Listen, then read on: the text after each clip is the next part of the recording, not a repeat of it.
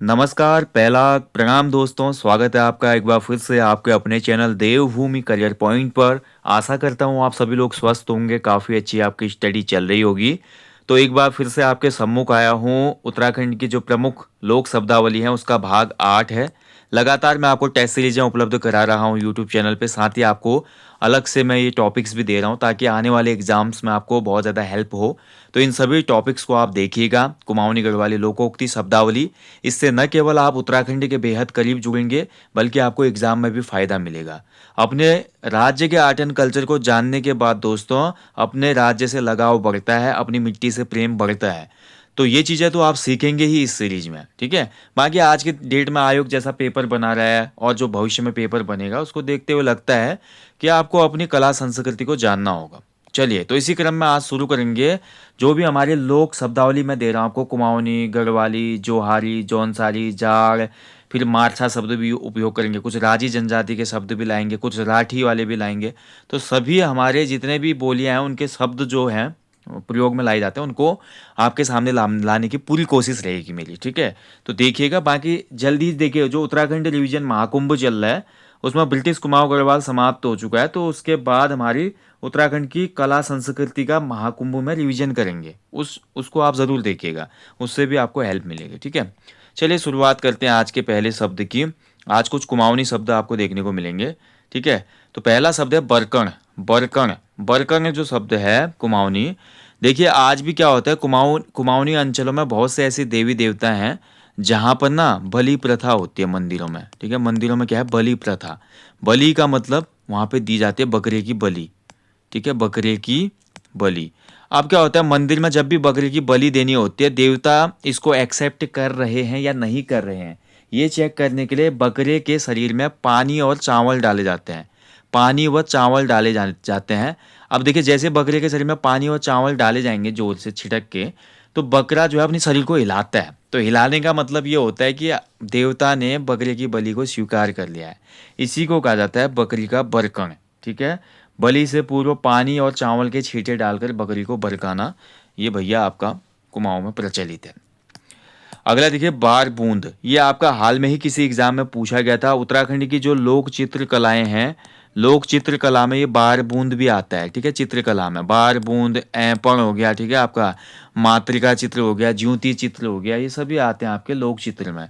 तो बार बूंद में क्या होता है, हमारा दीवारों पर और दरवाजों पे क्या बनाए जाते हैं, बढ़िया बढ़िया चित्र बनाए जाते हैं। दीवारों व दरवाजों पर आलेखन, ठीक है, दरवाजों पर कलाकृति भी कह सकते हैं, कलाकृति बनाना, कोई भी कलाकृति बनाना, इसको बार बूंद कहा जाता है, ठीक है। जैसे मान लिया पेड़ का ही चित्र बना दिया, या गणेश जी का चित्र बना दिया, या उसके अलावा कुछ लाइनिंग वाइनिंग डाल के कलाकृति बना दी, तो ये सभी हमारी बार बूंद के अंतर्गत आती है। ओके, चलिए अगला देखिए, ब्योल पिटार। देखिए कुमाऊनी जो शब्द है उसमें देखिए ब्योल और ब्योली।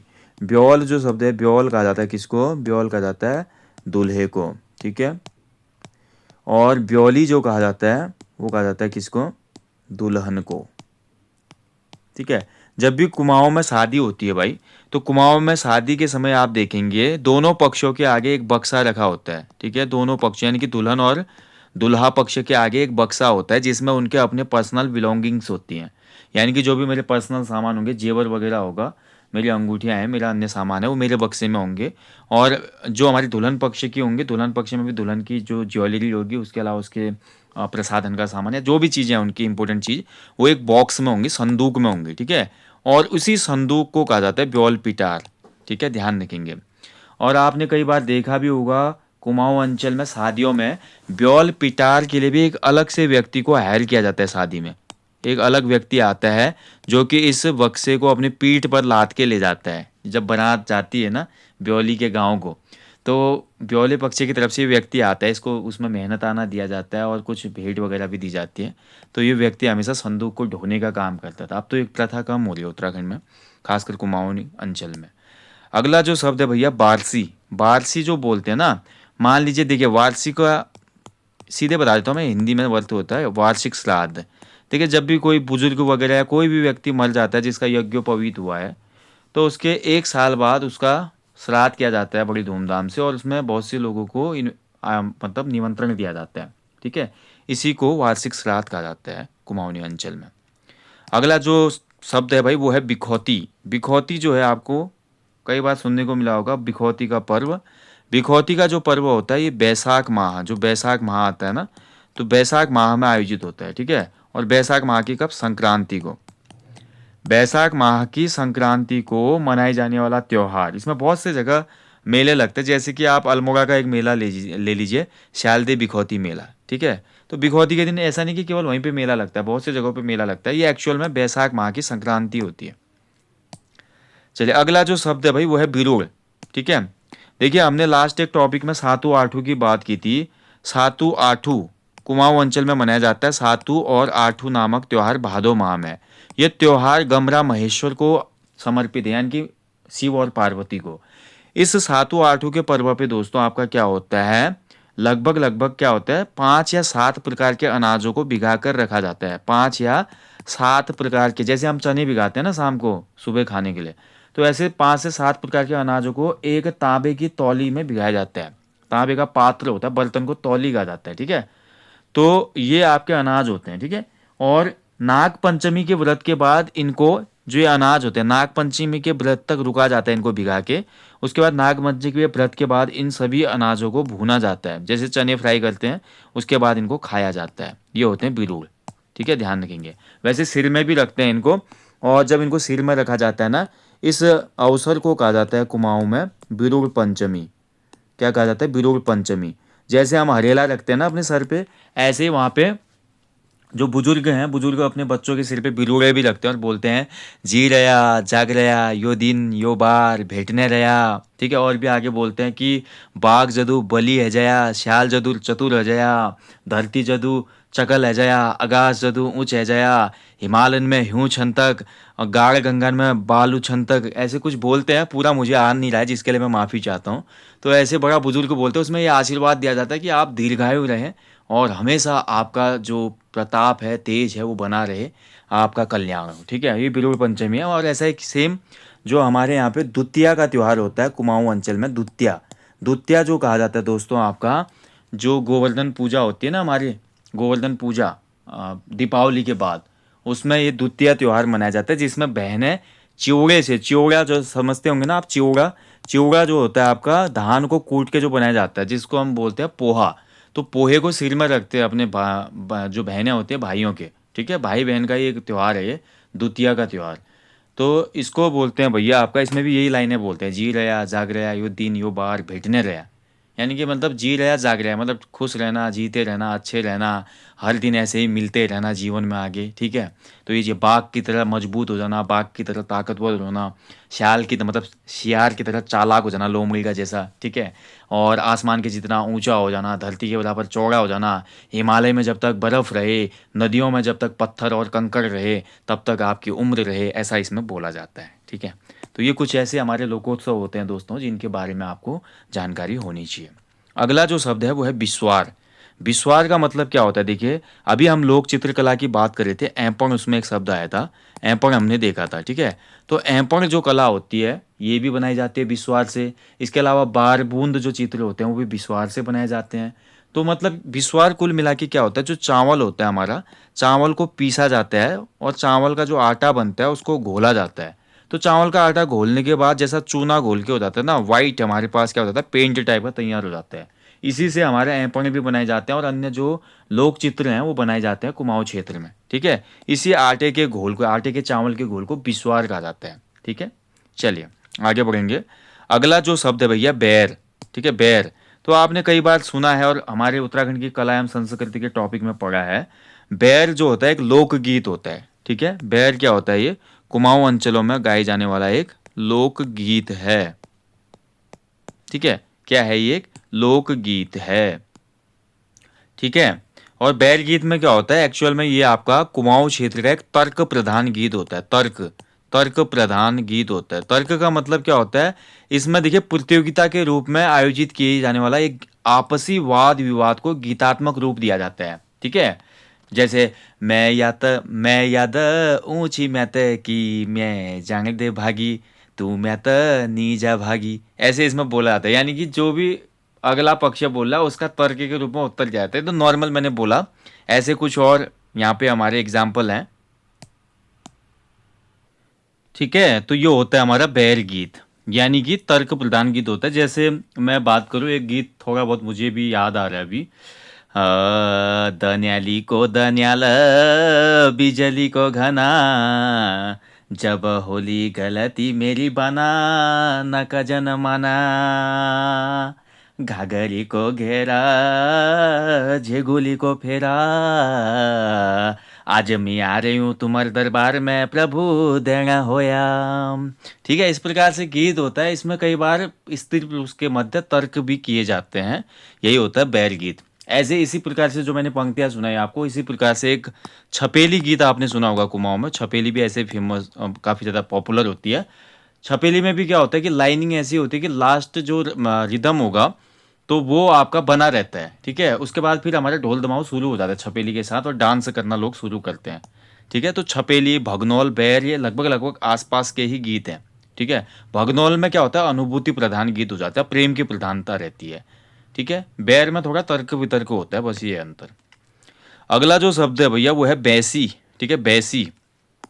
बैसी की मैं बात करूं तो बैसी क्या है, तो बैसी आपका जो होता है भैया, आपका देखिए 22 दिन तक बैसी उत्सव मनाया जाता है ना उत्तराखंड में, संतान संतान कल्याण के लिए। तो 22 दिन तक मंदिर में किए जाने वाला, 22 दिन तक मंदिर में किए जाने वाला धार्मिक अनुष्ठान।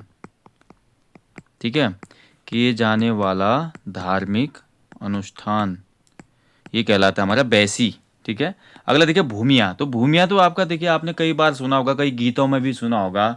ठीक है, देना हो या भूमि का भूम्याला हो,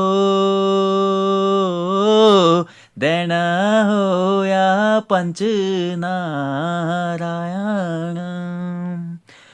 हो देन हो या खोली का गणेशा हो, देन हो या मोरी का नारायण हो। तो भूमि का भूमियाल शब्द हमेशा आता है, यानी कि पर्वतीय अंचलों में जो भूमि के देवता होते हैं ना, उनको भूमियाल या भूमिया कहा जाता है। ठीक है, और भूमि देखिए आपको पता है, जो भूमि हमें अन्न उत्पादित करके देती है, तो एक अपनी ही उसकी हमारे सामाजिक जीवन में महत्व है। तो भूमिया देवता बहुत ज़्यादा पॉपुलर होता है, बहुत ज़्यादा लोग इसको मानते हैं पर्वतीय अंचलों में। आप हर जगह देखेंगे, हर गांव में एक अपना मंदिर होता है उनका, लोक देवता का मंदिर है ना, तो यही भूमि देवता होते हैं। अगला देखिए मकोट या मऊकोट। मकोट या मऊकोट का मतलब होता है आपका ननिहाल। ननिहाल, कितना प्यारा नानी का घर, हमको रहती मौज वहाँ पर, मम्मी नहीं डांटने पाती, हम सब की चांदी हो जाती। तो ननिहाल में जो मज़ा आता है भैया वो कहीं नहीं आता। ठीक है, तो नानी का घर सबसे प्यारा होता है, तो मकोट या मऊकोट कहा जाता है इसको। ठीक है, अगला जो शब्द है भैया वो है मंगचुंग। मंगचुंगी, मंगचुंगी। ठीक है, मंगचुंगी कहते हैं।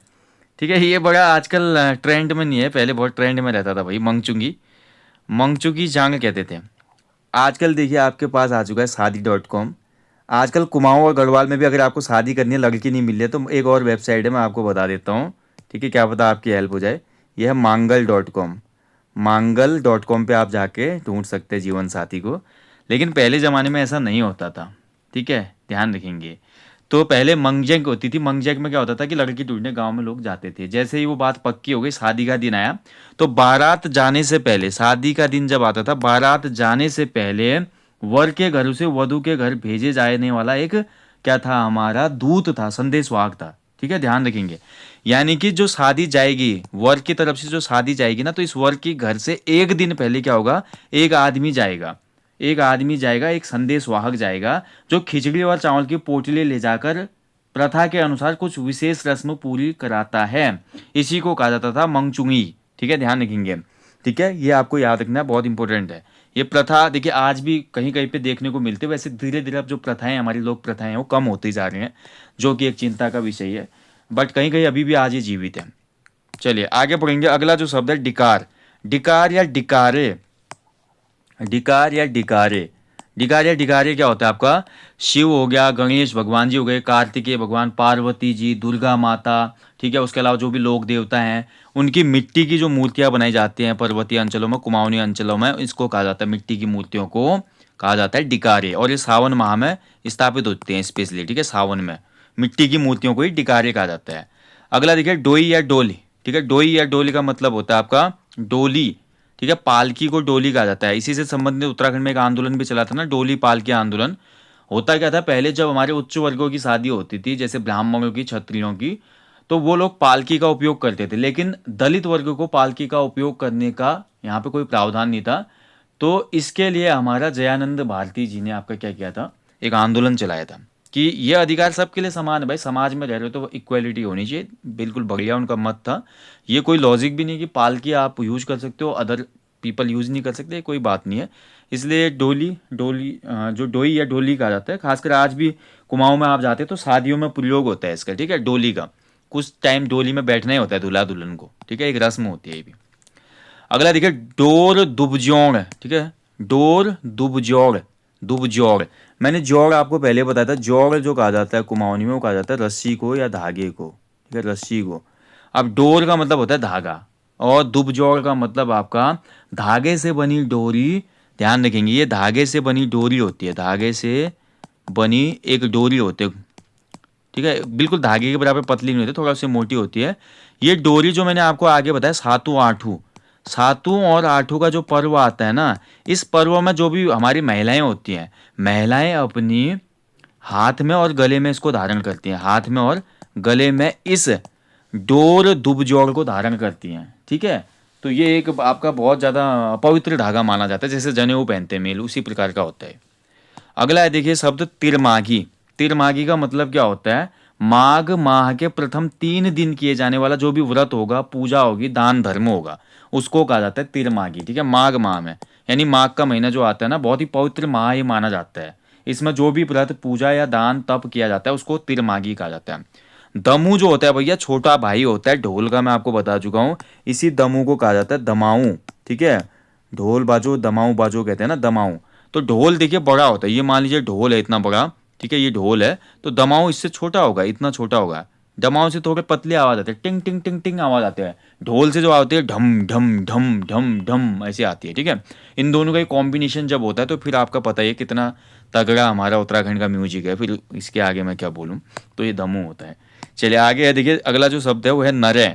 नरे का मतलब क्या होता है, देखिए आपका नरे जो शब्द है इसका मतलब हो जाता है हमारा या आपका याद, ठीक है, नरे उड़े।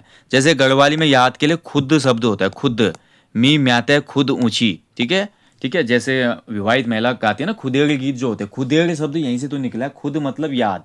जब भी विवाहित महिला को ससुराल में मायके की याद आती है, ठीक है, घुघुती घुरैण लगी मेरो मैत की, बोड़ी बोड़ी आ गए ऋतु ऋतु चैत की, ऋतु ऋतु चैत की, टक टकाटक कमला बाटुली लगाए, परदेस मुलुक घर बुलाए। यानी कि बाटुली, बाटुली जो शब्द है देखिए, ये भी एक नया शब्द आ गया, तो इसका भी मतलब आपको पता चल जाएगा। बाटुली का मतलब होता है हिचकी, हिचकी लगना, ठीक है। तो याद के लिए कुमाऊनी शब्द है नरे और गढ़वाली शब्द है खुद, याद रखिएगा, ठीक है। नरे खुद राखिया, ठीक है, एग्जाम में। अगला है देखिए नांगर शब्द, नांगर। नांगर जो कहा जाता है आपका, नांगर नगाड़े को कहा जाता है, ठीक है। नगाड़े के लिए नांगर शब्द यूज होता है, ठीक है, नगाड़े, ढोल नगाड़े बजते हैं ना, जो नगाड़े के लिए नांगर शब्द यूज होता है। अगला शब्द है देखिए निशांग। निशांग क्या होता है, देखिए भाई आपका सफेद या लाल कलर का, सफेद या लाल रंग का क्या होता है, झंडा होता है। आपने देखा होता है, कई बार देखा होगा, माफ कीजिएगा, होली वगैरह जब होती है कुमाऊनी अंचल में, होली, ठीक है, कुमाऊं में जब होली होती है, और उसके अलावा कुछ मंदिरों में भी हम देखते हैं, तो होली में या मंदिरों की पूजा के समय सफ़ेद या लाल रंग के ऐसे तिकोने झंडे जैसे ले जाए जाते हैं, देखिए इस टाइप के तिकोने झंडे होते हैं। इसमें बीच में या तो ओम बनाया होता है, या कई झंडों में बीच में आपका ऐसे स्वास्तिक बनाया होता है ना। तो ये जो झंडे होते हैं इन्हीं को निशान कहा जाता है, ठीक है, ध्यान रखेंगे। यानी कि सफ़ेद और लाल ध्वज जो बारात में, होली में या देव पूजा में समूह के आगे आगे चलती है, ठीक है, तो इसी झंडे को कहता है निशान। अगला देखिए न्योली। अब न्योली तो सभी लोग जानते होंगे भाई, न्योली जो है एक प्रकार का विरह गीत होता है जो जंगलों में गाया जाता है, ठीक है, कुमाऊं के जंगलों में गाया जाता है न्योली। न्योली गीत भी बड़ा तगड़ा होता है भैया, इसमें जो सुर लय होती है ना बहुत अच्छी होती है। भगनौल की तरह ही ये आपका एक अनुभूति प्रधान गीत होता है, ठीक है, अनुभूति मतलब प्रेम की प्रधानता रहेगी इसमें, ओके। न्योली गीत, अब न्योली गीत तो मुझे आता नहीं है, नहीं तो सुना देता। अगला है देखिए पंखी। पंखी कहा जाता है कुमाऊनी में ऊनी चादर को, ठीक है। ऊनी जो चादर होगी, या हम बोल सकते हैं जो ऊनी शॉल होगी, मोटी शॉल, थोड़ा अमूमन पतली रहती है, उससे भी मोटी जो ऊनी शॉल होगी उसको कहा जाता है पंखी, ठीक है, ध्यान रखेंगे। या पतला कंबल हम इसको कह सकते हैं। अगला जो शब्द है वो है पितर। पितर क्या होता है, अब ये तो पता है सबको आपको। पितर मतलब जो हमारे पूर्वज थे, ठीक है, हमारे दादाजी, उनके भी दादाजी, उनके भी दादाजी, ठीक है, हमारी जो पीढ़ी है, पूर्व पीढ़ियाँ, उनको पितर कहा जाता है, ठीक है, पूर्वज, माफ कीजिएगा, पूर्वज, ठीक है।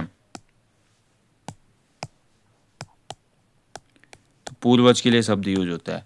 अगला देखिए पुछारी। पुछारी का मतलब होता है, देखिए कुमाऊनी में आपका, देखिए कई बार लोगों की क्या होती है ना, घर की जो सामाजिक दशा है वो खराब हो जाती है, अचानक से घर में कुछ बीमार हो जाना, कुछ गलत चीज़ होना, ये चीज़ें होना। तो बहुत से लोग, देखिए कुमाऊनी क्षेत्र में क्या होता है कि लोगों पे देवता अवतरित होता है, कुछ कुछ लोगों पे, और वो सही सही गणना करते हैं। तो ऐसा व्यक्ति या महिला जिस पे हमारा क्या होता है, देवता अवतरित होता है, और जो भविष्य का बखान करते हैं, यानी कि भविष्य वक्ता कह सकते हैं। तो ऐसे भविष्य वक्ता के लिए हमारा पुछारी शब्द यूज होता है। और देखिए अगर कुछ देवताओं का चीज़ें हैं या कुछ ऐसी चीज़ों के बारे में जानकारी करने जब हम इस पुछारी के पास जाते हैं तो उसको कहते हैं पूछ करना या पूछ जाना, ठीक है। या आपका गणित पूछ करना भी कहते हैं इसको, गणन पूछ करना, ठीक है। अगला देखिए पुतरी। पुतरी जो शब्द है इसका मतलब होता है हमारा, पुतरी का मतलब होता है जो पुतारी, या पुतारी भी बोलते हैं इसको, पुतारी कहीं कहीं पे। पुतारी का मतलब, जब देखिए धान की रोपाई होती है, धान की रोपाई करने वाली जो महिलाएं होती है ना, तो धान की रोपाई करने वाली महिलाओं के लिए शब्द यूज किया जाता है पुतारी। उन सभी महिलाओं के लिए शब्द यूज होता है, ठीक है, पुतारी। अगला देखिए पेट्यूंग या बट्यूंग। बट्यूंग का मतलब होता है विदाई के लिए तैयार करना। वैसे बट्यूंग का मतलब तैयार होना, ठीक है, बट्यूंग।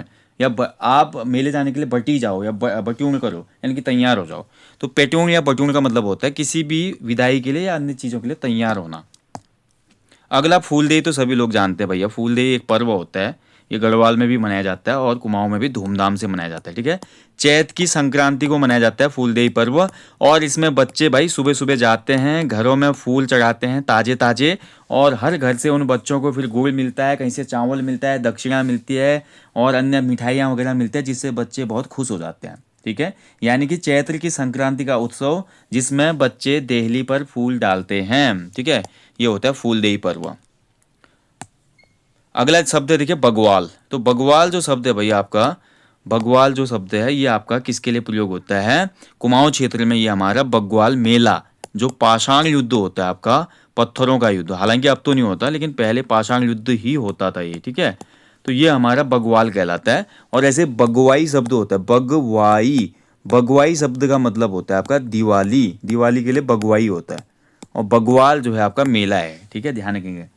आषाढ़ी कौतिक भी कहा जाता है ना इसको। तो बगवाल जो मेला होता है ये आपका देवी धुरा में लगता है, ध्यान रखेंगे। अगला देखिए बड़ी। बड़ी क्या होता है आपका, बड़ी यानी कि आपका एक डिश है, ठीक है, व्यंजन है। तो जब कुमाऊं क्षेत्र में जो हमारी उड़द होती है, उड़द की दाल को, ठीक है, उड़द जो दाल है इसको मांस की दाल भी कहा जाता है, मांस की दाल, ठीक है, मांस नहीं, मांस, खाली मांस, मांस की दाल। तो ये उड़द की दाल को पीसा जाता है, और ककड़ी जो होती है, पहाड़ी ककड़ी जो होती है, उसको कोरा जाता है। तो पहाड़ी ककड़ी को कोरने के बाद और उड़द की पिसी हुई दाल का जो मिक्सचर है इसको मिलाया जाता है, और इनसे छोटे छोटे गोल गोल बड़ियाँ बनाई जाती है। बड़ी, जो बड़ी जैसे सोयाबीन आती है ना हमारी सूखी हुई, जो न्यूट्रेला हम लेते हैं, सोया चंक्स, तो वैसे सोया चंक्स की तरह हमारी उड़द और ककड़ी की मिक्सचर एक क्या बनाई जाती है, बड़ी बनाई जाती है, ठीक है। कभी कभी इसमें ककड़ी की जगह पेठा भी मिलाया जाता है, जो पेठा होता है ना जिससे मिठाई भी बनती है, या मूली भी मिलाया जाता है इसमें, ठीक है।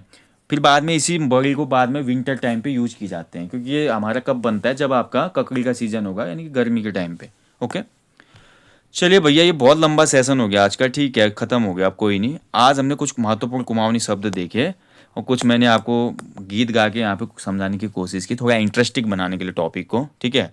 बाकी कोई गलती हुई होगी तो क्षमा प्रार्थी हूँ। जल्दी मिलेंगे दोस्तों नेक्स्ट सेशन में। बाकी किसी शब्द में या किसी चीज़ों में मेरे से अगर गलती होती तो आप लोग अपना फीडबैक ज़रूर देना, क्योंकि इतना पारंगत मैं भी नहीं हूँ, जितना कल्चर मैंने भी देखा और जितना मैं सीखने की कोशिश कर रहा हूँ उतना ही मैं आपको बता पाता हूँ। चलिए दोस्तों, अपना ध्यान रखिएगा, अच्छे से स्टडी कीजिएगा। Thank you for watching. जय हिंद, जय देवभूमि।